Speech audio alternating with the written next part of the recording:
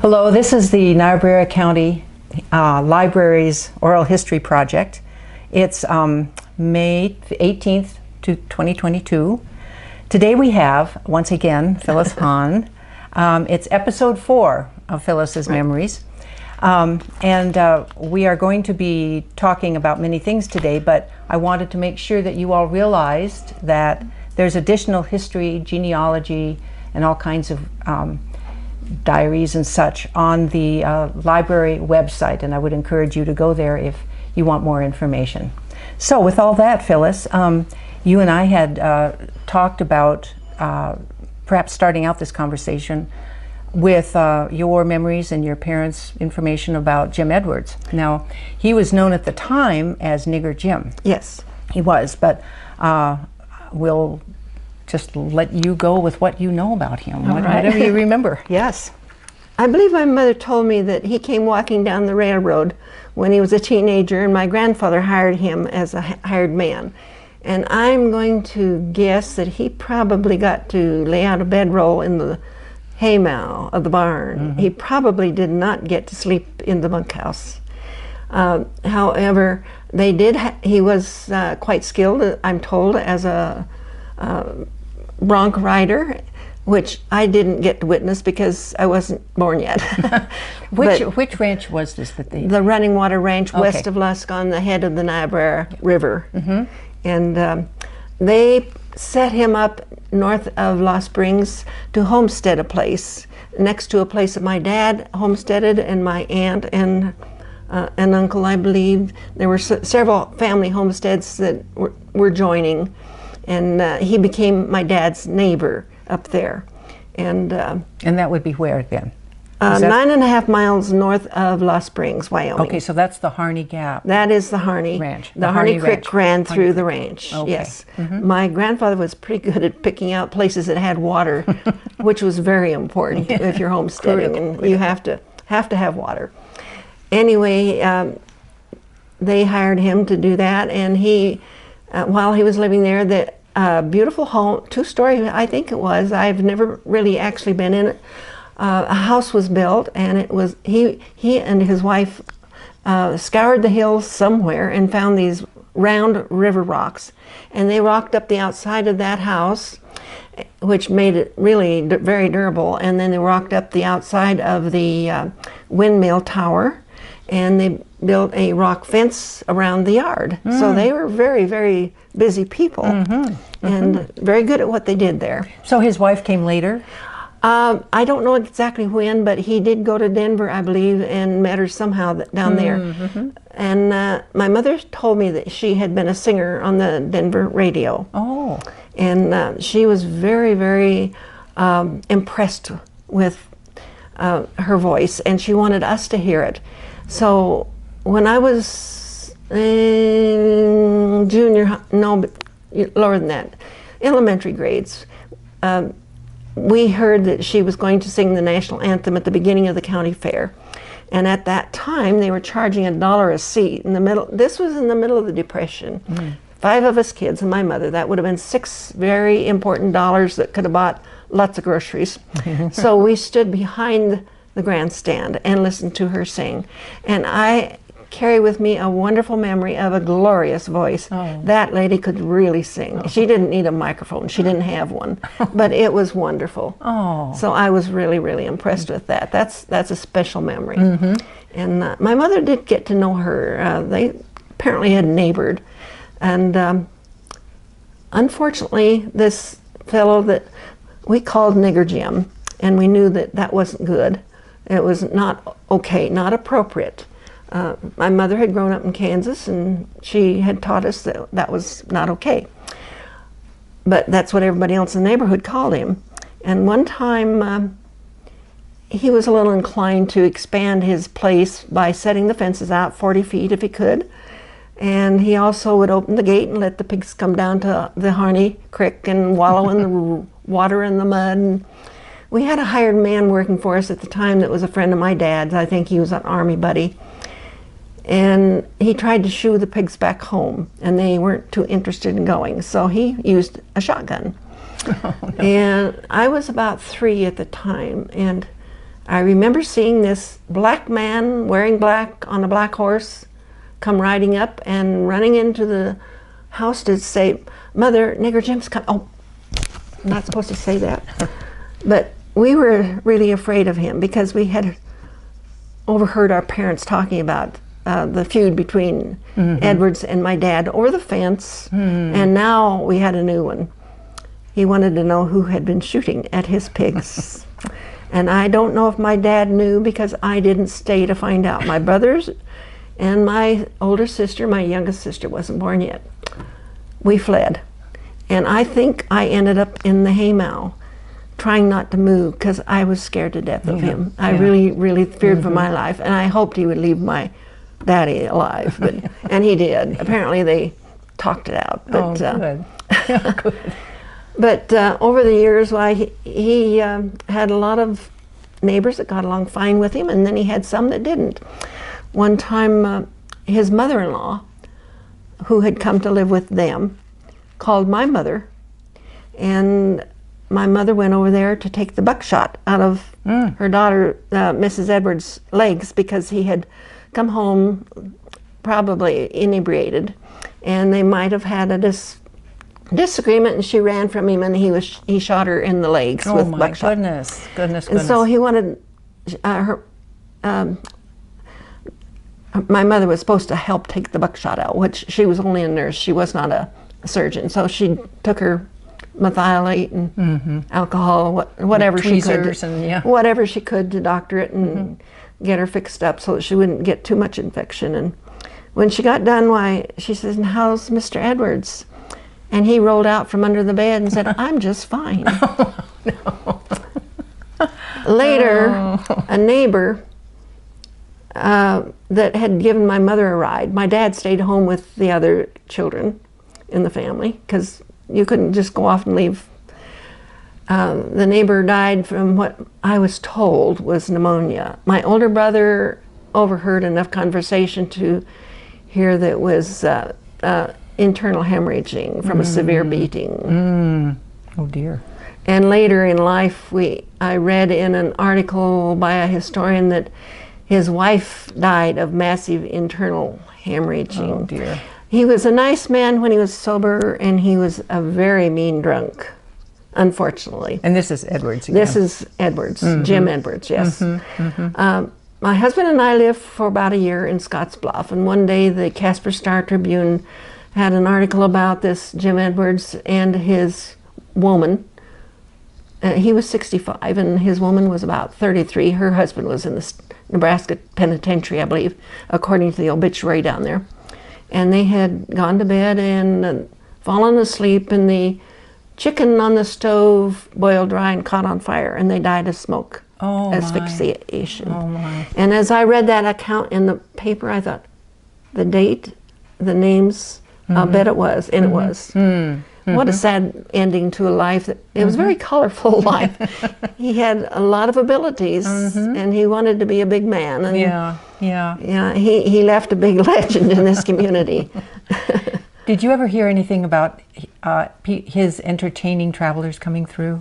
I never did. Okay. That would have to come from someone that did have that opportunity to know about it. Yes. Okay. Yeah. Well, you also said that you wanted to talk about your piano. Yes. The piano lessons that my mother had as a child, we ended up with in our home. And she made sure that we all got lessons. And I wanted to comment that those lessons really did pay off, because I ended up accompanying friends in high school on their solos, vocal and instrumental, and also in later years, my own children when they played or sang, and other students in the school. At festival time, I would accompany them, and I ended up playing for the church that I belonged to, the Congregational Church. And I spent 30 years playing the organ. They eventually got a pipe organ, and that leads me into commenting that it was bought just in time for the town centennial, which was a real special occasion. And what year would that have been? 1986. And going on with the music, my children were active in music, and my oldest son, he got a wonderful music education from his piano teacher, Jane Bardo. And he ended up majoring in music in college, and he is a professional musician. So I think music is so important in school. And I hope that we can continue that tradition here, because that's a career, and it's not often a person gets to do what they love and make a living at it. That's right. And that's a precious gift. Yes. Yes. Okay, let's go back to the centennial. Let's do. Sam Earlywine, who had a clothing store on the west side of the main street, and we had the Gamble store on the east side, were co-chairmen for the centennial, and we had 8 days planned to celebrate. Each day was dedicated to some particular part of the community. And the one thing that kept coming up in the planning, they wanted to revive the pageant, the Legend of Rawhide, which was started, I think, in 1945 and ended in maybe 65. And people around here had quit using horses, so they had to rent horses. And they were going in the red, so they quit. But the desire to reenact this wonderful piece of history, parts of it, wagon trains did come west, and that was a big part of it. And back to my good friend Jane Bardo, she said every woman should have a chance to ride in a wagon train, covered wagon. And we did revive it in time to celebrate the end of the centennial week. And as I sat and we took part in the pageant, because I had been in it before, and I too wanted to see it come back. I sat there and thought about what she had said, and how small that covered wagon was, and where would you put your food? What kind of food would you be able to pack? How would you protect yourself from the elements, the weather, the changes in temperature? And unless you sit in that wagon and look around and see how small it is, and you think of all the clothes you have, and where would you put them all? And your children, and where would you sleep? And where would you cook? And what would you cook with? It really brings to your thoughts an appreciation what people went through to settle this part of the world. And Lusk is part of that settlement. We're a railroad town. Every 10 miles I had to have water for the steam engines, and the red wood water tank out east is one of the few remaining as just a symbol of that part of it. Yes. And that's kind of neat. That is neat. So you were instrumental in bringing back the pageant. Yes. Yes. The first time I was in the pageant was like several years before that. My children did the prayer scene, my children did, and when they got older I would borrow somebody else's kids so that children on the scene would always be little. And when it came back, I had seen some scenes that had been added over the years when I wasn't here, and I thought, oh, that scene with the drunk where the wife gets to pop him over the head with a skillet, that looks like fun. Now I don't hesitate to get a laugh from somebody if I can do it, you know.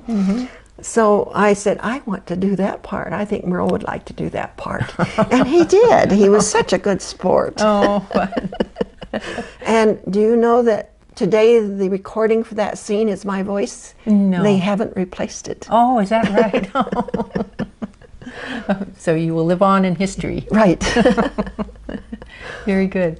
Now, I was wondering if you have any other memories from your parents, maybe not your memories, but stories that you've heard from them that would give us any additional insight into the life in the early 1900s? Well, let's see. My grandfather apparently was in, I think, Chicago for surgery for something, and my to-be grandmother was a nurse, and that's where they met. And he probably didn't want to wait to get married, and so he boarded the train that she was headed to Wyoming. They must have had a male romance. I don't really know, but they were due to get married, I think, in Lusk. But he boarded the train down in Nebraska, and they got married down there. In Chadron, wasn't it? I think in Chadron. Yes, he thought that would be a good thing to do. And the ranch house that they had was in the process of being built, wasn't quite ready. So he had been living with his brother, George Wilson, At the running water. at the Running Water Ranch, and in the log cabin that is now in the city park. Oh, yes. So they lived in that log cabin for just a few months until they could move into the big house, which was located right close by. Well, not too close, actually. I think it was maybe a mile apart from That's what I was thinking. down the creek a ways. And that was when Niobrara was running a little more, because they had a water wheel in the creek that was turning like a grinder and thing that they could sharpen tools Oh my goodness, on. that must have been. So it was more running flow. quite a bit harder than it does now. It's just kind of a gentle stream now. And they, I understand, had an ice house also. Oh goodness, yes. In the winters, it would get much, much colder than it does now, and they would put up ice, pack it with sawdust, and we had an ice box until 1946 when they came. Well, let's see, was it 1946? No, it was later than that.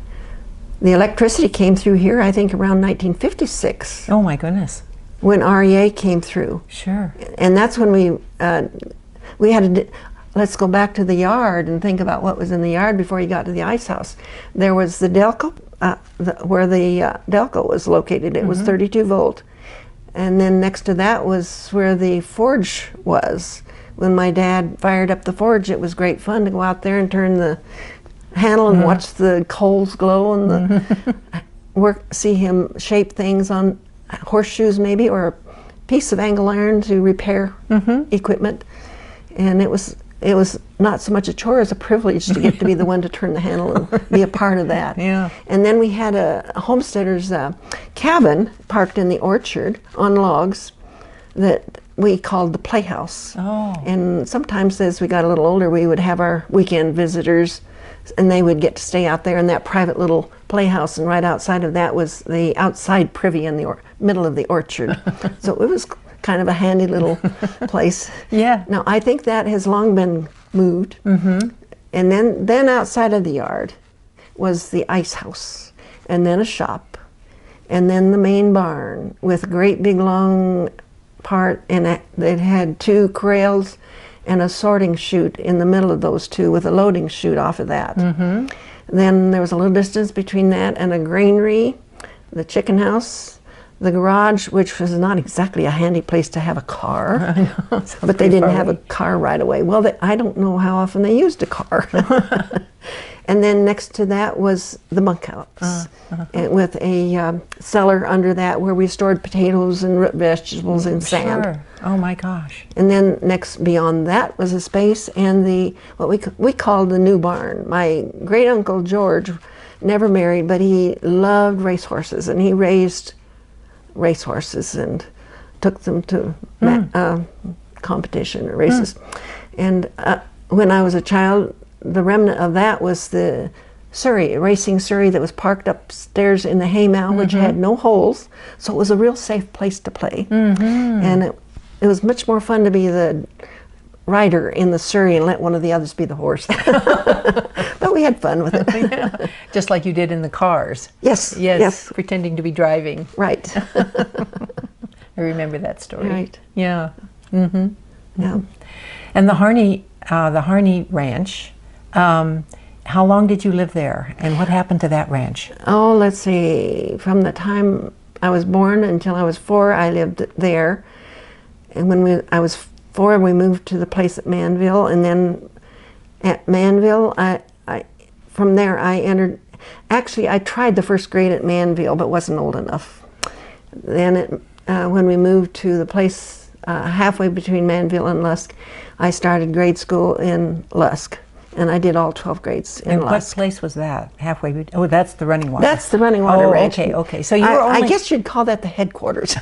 So you were at the Harney Ranch only for several years. 4 years. 4 years. Okay. Yes, right. And the house in Manville is just north of. It's about a mile north. And it's still there, and that's where Ann lives. Is Yes. that right? Okay. Yes, we walked to church from that house when I was living there. Yeah, that would be doable. Not Not a hard walk for little kids. A lot of things we did in good weather. We took our piano lessons in the summer. In the wintertime, we broke it off because it was just too much work to get the roads plowed to the highway to go to town. Sure. And those years, well, from 1941 to 45, those were my junior high and early high school years. You had gas rationing. You didn't go to town if you didn't need to. Of course, yeah. Very good. And then the road into the Running Water Ranch, is that the same road that's there now, pretty much? Yes and no. It was a trail road when I was there, and I was driving it the last 2 years of high school. My brothers and I took turns. I found out the reason they liked to go in the morning and I got to go in the evening was, by evening, the ice was thawed and it was mud. Of course. But it was just a 2-track going in there. It was just 2-track, right. And so you had to be careful to steer. And you had to ford the river, or was there a bridge? There are bridges across the creek in 2 places there, and there's one that goes to the pastures west of that. Okay. West of the railroad entry into the ranch. And at the time we were living there, it was a gate across the right-of-way, across the railroad. Now there are auto gates. Very good.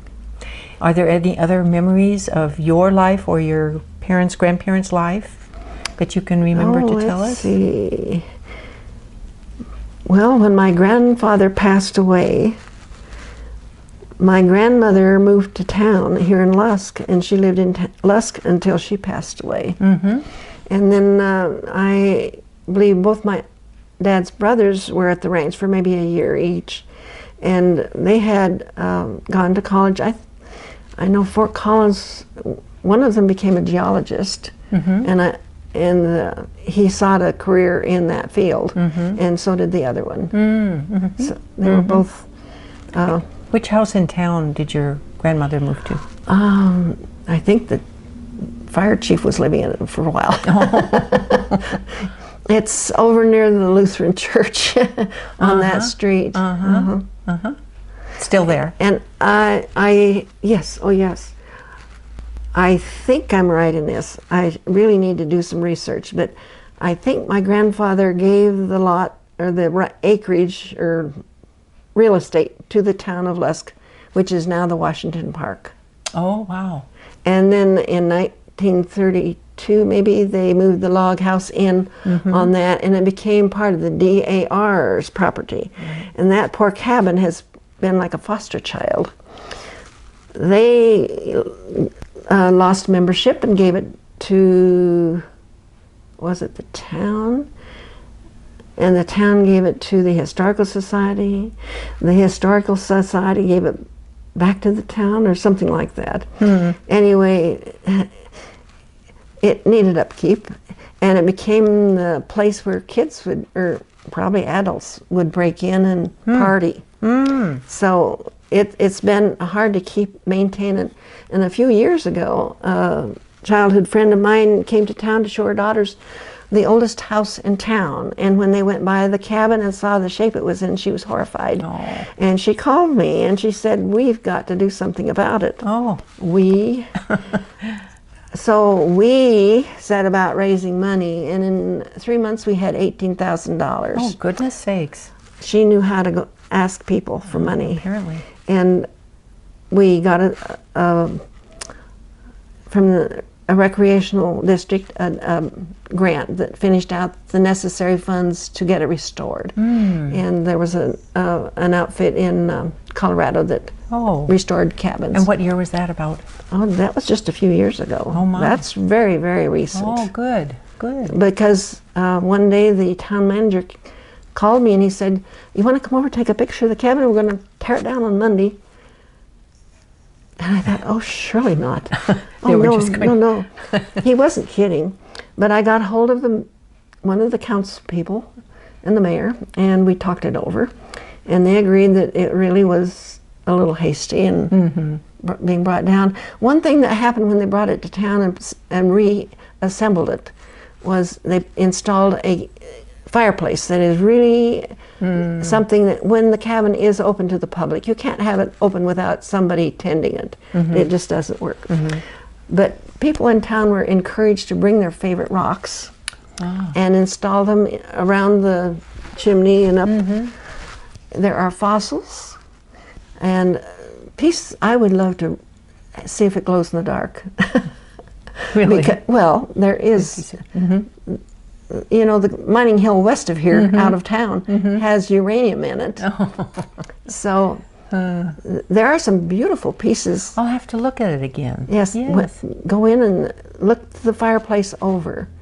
That was added. It's not on the outside, just on the inside. It's all on the inside. Yes, you can't see any of that beauty. Well, who has the key these days? The town of Lusk. I do. I'll meet you there after. I see. Well, that's a great story about that house. I had no idea that it was that recently restored. The cabin, the log cabin. That's right. It's kind of interesting in that the back section, which was 11 by 14, is round logs, Lincoln logs like this. The front section is twice as large, added on later, a year later, and it ran this way with square logs, and they're pegged into the upright beams on the corners. So it's two different styles of log cabin building. I have to pay So more that's attention. kind of interesting because there were several ways of building a log cabin. Right. I'll have to pay more attention next time. Well, do you have anything else you want to share with us? We can always go to the next episode too, if you think of more things. Unless, what do you think? Well, I really slided over that 35 years in the Gamble store, didn't I? That was the busiest part of my life. My children grew up then, and I was active in so many things, and I still am. I've been a longtime member of the American Legion Auxiliary at Van Tassel. I am a member of the VFW Auxiliary here in Lusk since the 60s. The other was from the 50s. I am an over 50-year member of the PEO Chapter I. I belong to the Niobrara Historical Society, charter member. I belong to the Niobrara Hospital Auxiliary. No, I like to make cookies. And let's see, what else do I do? Oh, I'm a longtime member of the Congregational Church and a member of the trustees at the present time. And I play the music for the services if one of the others are, if they're both gone, and they know they can call me if I'm not gone. So Very active, very active. So that's, what am I forgetting? Oh, I'm probably forgetting something important.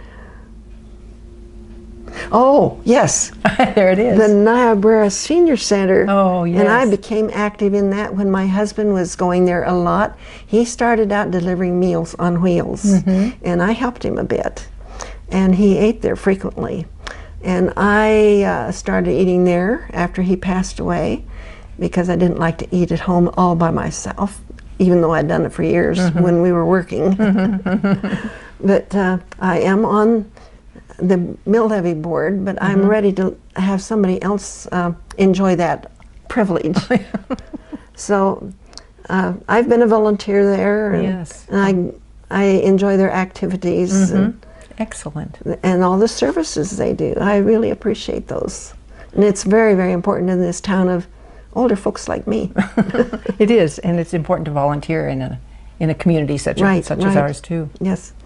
Well, I think that for now, I think we're done then. Yes, I think so. That wraps it up pretty well. I think it does. Thank you so much, We didn't Phyllis. mention my mother's life history in the... Oh, that's right.